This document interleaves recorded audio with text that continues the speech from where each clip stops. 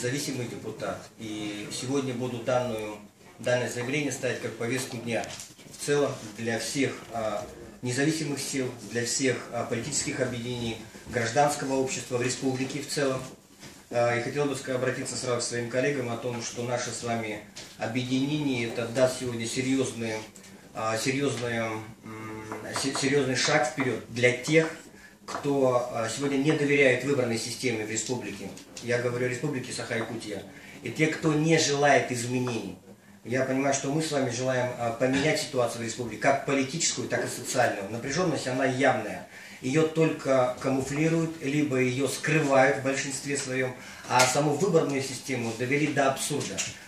Люди перестали ходить на выборы, потому что лозунг «голосуй, не голосуй», все равно, значит, у тебя выйдет то, что наметила партия власти. И такое мнение бытует сегодня на большей части территории республики. Если говорить за центральные города Якутск, Нерюнгри, Мирный, мы можем еще что-то, какие-то сделать сомнения. А в регионах, в наслегах, в селениях, это у нас сегодня сплошь и рядом.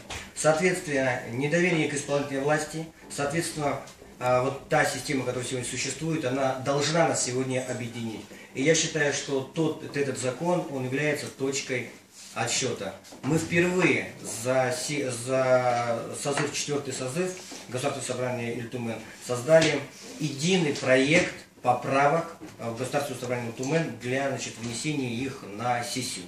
Я считаю, это начало и дальнейшей работы, и есть о чем нам дальше разговаривать с политическими силами в республике.